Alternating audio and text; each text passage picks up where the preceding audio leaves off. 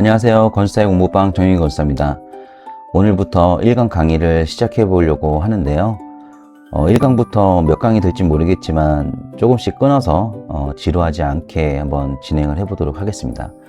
1강에서는 호스텔의 기본적인 법령 그리고 교육청의 교육환경보호구역에 관련해서 시작해 보도록 하겠습니다. 건축법 시행령 별표 1에 제15의 숙박시설이 있고요. 나 항목에 관광 숙박시설이 있습니다. 이 관광 숙박시설에 많은 용도들이 있는데요. 그 중에 호스텔이 들어가 있습니다. 저희는 건축법 시행령 별표 1에 용도에 정해져 있는 호스텔을 가지고 이제 용도 변경을 하는 건데요. 관광진흥법 시행령 별표 1에 보면 관광사업의 등록 기준이라는 게 있습니다. 뭐 호텔도 있고 여러 가지가 있는데요. 그 중에 마 항목에 호스텔업은 4가지 항목을 갖추어야 한다. 첫 번째는 관광객의 숙박에 적합한 객실을 갖추고 있을 것. 이건 당연한 거겠죠.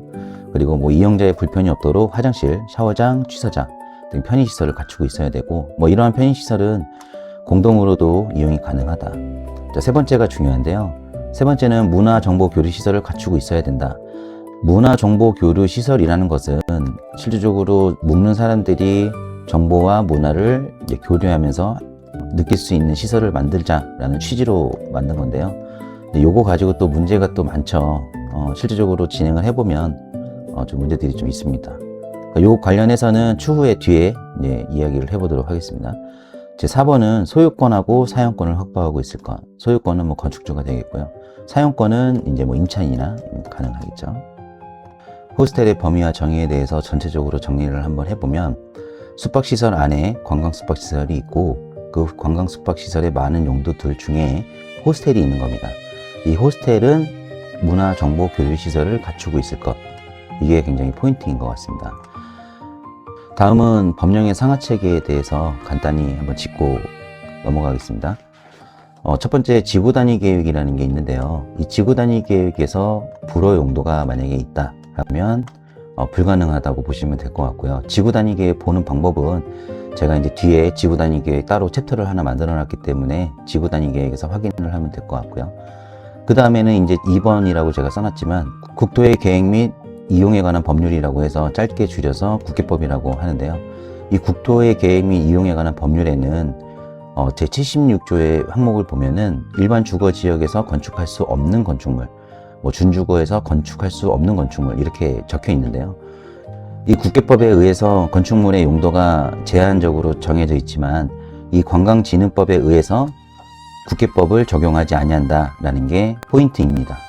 관광진흥법 제16조 5항에 의거하여 국계법 76조를 적용하지 아니한다라는 문구로 저희는 호스텔을 용도 변경을 할 수가 있는 겁니다. 그 다음에는 건축법이 있는데요. 건축법은 관광진흥법하고 보는 부서가 완전히 틀리기 때문에 관광진흥법에서 보는 법은 관광진흥법에서만 보고 건축법은 건축과에서 인허가를 진행을 할 때 검토를 하게 됩니다. 건축법에는 소방, 피난, 장애인, 구조 등등등이 여러 가지가 있는데요. 이거는 이제 관광진흥법하고 완전히 틀리기 때문에 뒤에 제가 건축법은 따로 설명을 해 놓겠습니다. 자, 다음으로는 교육환경보호구역에 관련돼서 설명을 한번 해보겠습니다. 교육환경보호구역이란 학생이 건강하고 쾌적한 환경에서 교육을 받을 수 있게 하는 게 목적이라고 적혀 있습니다. 교육환경보호구역은 두 가지로 나눠져 있는데요. 절대보호구역하고 상대보호구역입니다. 절대보호구역은 절대로 용도가 정해져 있는 데서는 절대로 불가능하고 상대적으로 보호구역인 경우에는 심의를 통해서 통과가 되면 가능하다라고 보시면 될 것 같습니다.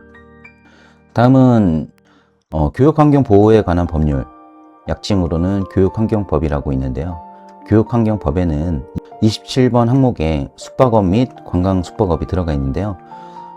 교육환경보호구역에 관련돼서 숙박업하고 관광숙박업은 불가능하다라고 원칙적으로는 보고 있지만 여기 보면은 표에 보면은 X는 절대보호구역에서는 절대로 안 되고 삼각형으로 표시된 곳에서는 심의를 통과해야지만이 가능하다라고 보시면 될 것 같습니다. 교육환경보호에 관한 법률 제9조에 보면 다만 상대보호구역에서는 지역위원회의 심의를 거쳐 인정하는 행위 및 시설은 제외한다 라고 적혀 있습니다. 심의를 거치면 이 시설은 가능하다라고 보면 될 것 같은데요. 정리를 하면 절대 보호구역에서는 절대로 안 되고 상대 보호구역에서만 가능성이 있다라고 보시면 될 것 같습니다. 교육환경 정보 시스템이라는 사이트가 있는데요. 제도 안내에 보면 해제 심의 절차라는 항목이 있습니다. 이 해제 심의 절차의 항목을 보게 되면 구비서류와 신청 방법, 처리 절차 등등 나열되어 있는데요. 구비서류에 보면은 신청서 한 부와 건축설계 도면 한 부, 그리고 해당 학교와 신청지의 위치를 파악할 수 있는 주변 약도 한 부가 필요합니다. 그리고 신청 방법은 방문 신청이라고 적혀 있긴 하지만 어떤 구에서는 우편으로 받기도 하고요. 어떤 구에서는 인터넷으로만 신청을 가능하게 하고 또 어떤 구에서는 또 팩스로만 받게 됩니다. 각 구청마다 틀리기 때문에 해당 부서에 직접 전화를 해서 물어봐야 될 것 같습니다. 해당 교육청을 찾게 되면 접수를 하고 서류 검토를 한 다음에 현장 조사 의견 조회를 한 후에 심의를 의뢰를 하고요. 심의가 이루어진 다음에 신청인에게 결과 통보가 가게 됩니다. 이 심의 의뢰는 제가 경험상 한 달에 한 번 정도 심의가 이루어지는 것 같고요. 지방 같은 경우는 2달에 한 번 정도 심의가 열리는 것 같습니다. 이때 신청인에게 결과가 문자로 오게 되는데요. 문자로 심의가 통과되었습니다. 아니면 심의 해제가 불가능하게 되었습니다. 이 2가지 안으로 문자가 오게 되어 있습니다. 다음은 작성 요령에 대해서 제가 샘플을 한번 갖고 와봤는데요. 실질적으로 우편 접수나 팩스 접수 등은 이거를 출력을 해서 여기서 작성을 해서 이제 보내거나 직접 가거나 하는데요. 여기 보면은 이제 인터넷으로 접수를 하는 란도 있습니다. 자, 여기서부터 한번 보면 신청인 란에는 본인의 이제 개인적인 정보를 넣고, 그리고 예정행위 및 시설에는 실질적으로 내가 운영을 하고자 하는 용도의 주소를 적게 됩니다. 그리고 지상 3층 중 일부냐, 전부냐, 이런 걸 항목을 넣게 되어 있고요. 그리고 이제 사인하고 그 뒷장에 보면 주변 약도를 그리게 되어 있는데요. 실제적으로 이렇게 그리게 되면 심의 통과가 좀 어려울 수가 있고, 학교가 있는 곳에서부터 내가 하고자 하는 건물까지의 주변을 전부 한 번에 볼 수 있게끔 하는 게 좋을 것 같습니다. 그리고 신청 건물 내 층별, 업종 현황이라고 해서 이것을 적는 게 있고요. 업소 설치 해당 층 배치도라고 해서 우리가 얻고자 하는 층의 평면도를 넣는 게 좋은데요.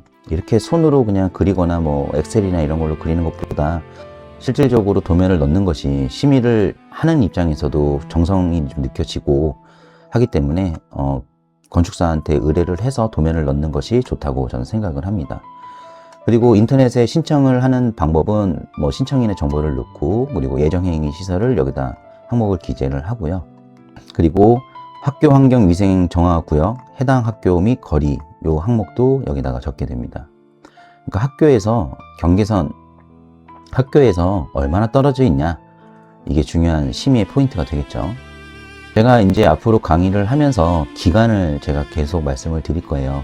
상대 보호구역 같은 경우는 시작해서 끝까지 진행 결과를 받을 때까지 약 한 달 정도 제 경험상 걸리는 것 같은데요.